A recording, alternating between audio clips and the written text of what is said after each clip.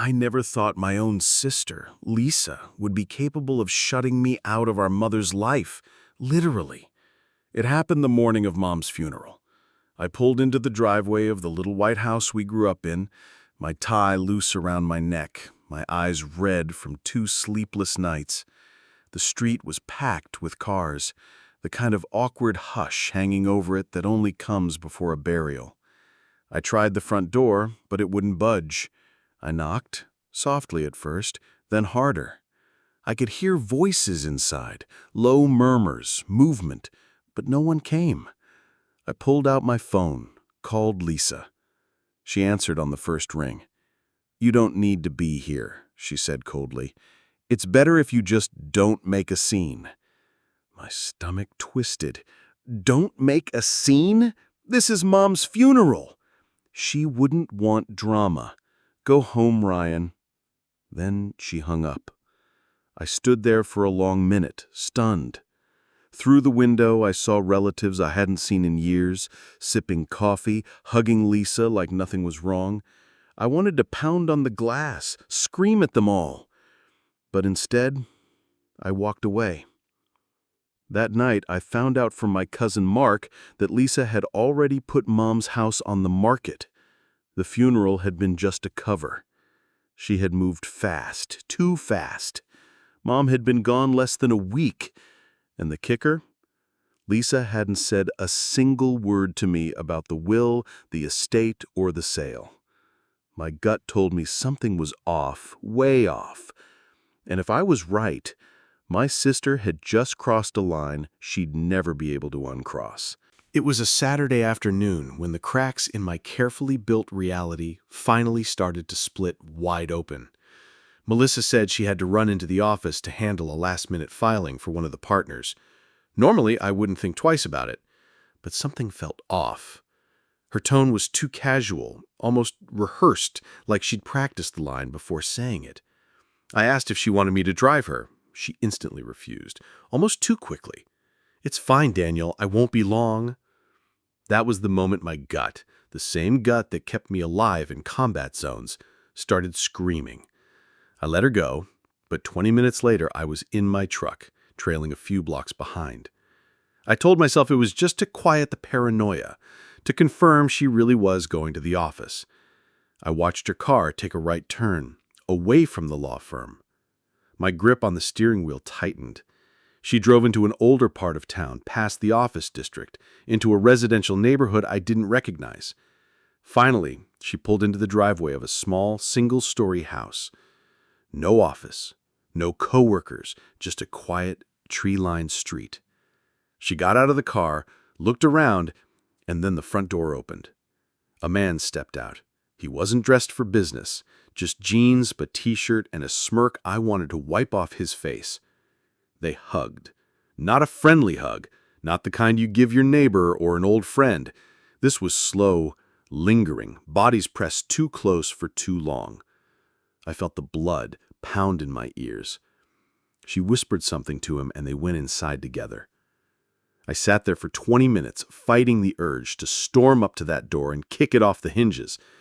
But some part of me, the cold, calculating soldier part, told me to wait, to watch, to gather every detail.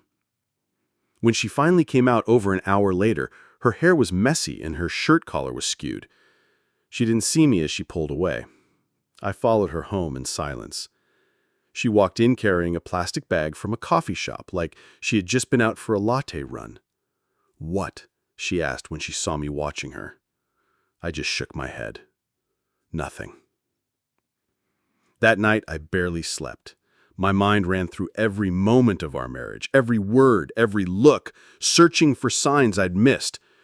I wanted to confront her right there, demand the truth.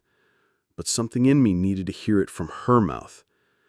The next morning, I couldn't get her words out of my head. "You don't know all the truth." They played over and over, twisting into something darker each time. I'd barely slept, my mind running through every possible scenario, each one worse than the last. When she came into the kitchen, her hair still damp from the shower, she looked at me like nothing had happened. No guilt in her eyes, no tension in her shoulders, just calm indifference. I told her straight, "I saw you yesterday. I know where you were."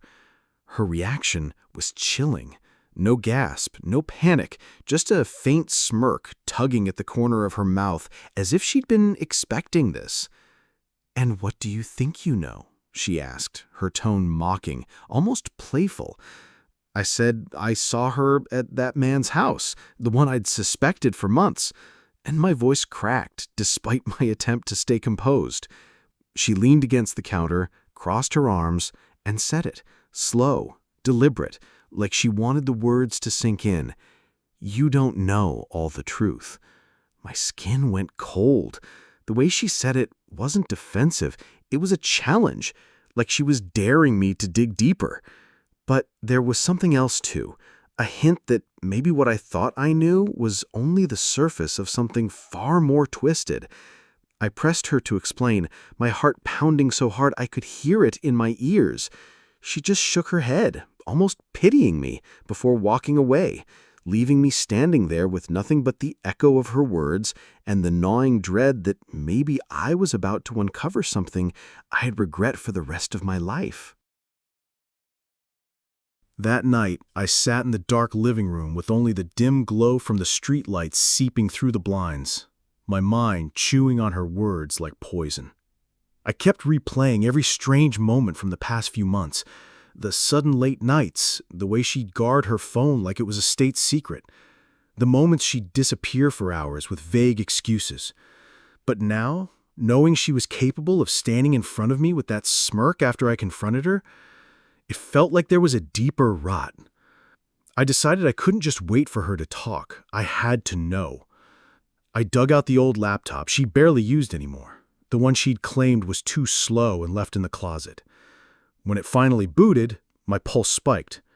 Her accounts were still logged in. I didn't know if I was ready for what I might find, but something in me needed the truth more than I needed peace. The first thing I opened was her email. Dozens of messages from that man, yes, but then there were other names. Men I didn't recognize. Some emails were short, crude, just arrangements for meeting again, while others were long, intimate, filled with details about me, mocking the way I talked, how I dressed, even what I was like in bed. My stomach knotted. But then I found something worse. An old thread with my brother's name in it. My breath caught. I clicked and my hands went cold as I read. The first message was from over a year ago, during the time I was away on deployment. "He still doesn't know," she had written, "and I don't think he ever will, but we can't keep this quiet forever." The reply from my brother was short but devastating. "We'll tell him when the time is right." I didn't sleep that night. I couldn't. I just sat there, staring at that thread with my brother's name, reading it over and over until the words blurred. My hands were trembling, my jaw aching from how hard I'd been clenching it. Around 5 a.m., I heard her stirring in the bedroom. The sound of the bathroom door clicking shut broke my trance. I moved quickly, opened her hidden folder in the laptop's drive. She had it labeled innocuously as Tax Docs 2018. Inside, there weren't tax forms. There were videos. Dozens of them. The first one I clicked made me feel like my lungs collapsed. There she was, my wife, in our bed, in our house, with a man whose laugh I recognized instantly. My brother's laugh. My blood ran cold. He was touching her like he owned her, and she was smiling in a way she hadn't smiled at me in years. I clicked another, then another, each one burning deeper than the last. It wasn't just once. This had been going on for months, maybe longer. I didn't even realize I'd stood up until I was halfway to the bathroom, the laptop still in my hands. I pushed the door open so hard it hit the wall, and she spun around, toothbrush in her mouth, eyes wide. I held up the screen. "This is the truth you were talking about?" I asked, my voice shaking, somewhere between a scream and a whisper. She didn't answer, just froze, staring at me, water dripping from her hair. And that silence told me everything I needed to know. She tried to talk. At first, it was the usual stammering. "It's not what you think. Please just let me explain," but every word was a knife twisting deeper. I didn't shout.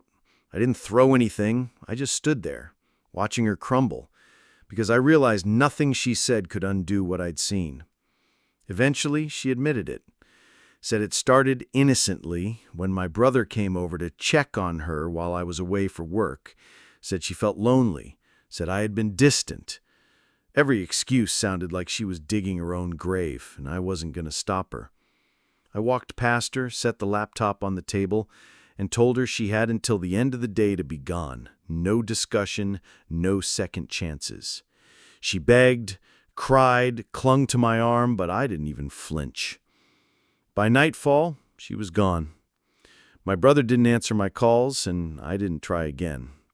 A week later, I filed for divorce, blocked them both, and changed every lock in the house. People like to say the truth sets you free, but in that moment, the truth didn't set me free. It burned everything to the ground. And maybe that's what I needed, because now, at least, I know exactly who I'm living without.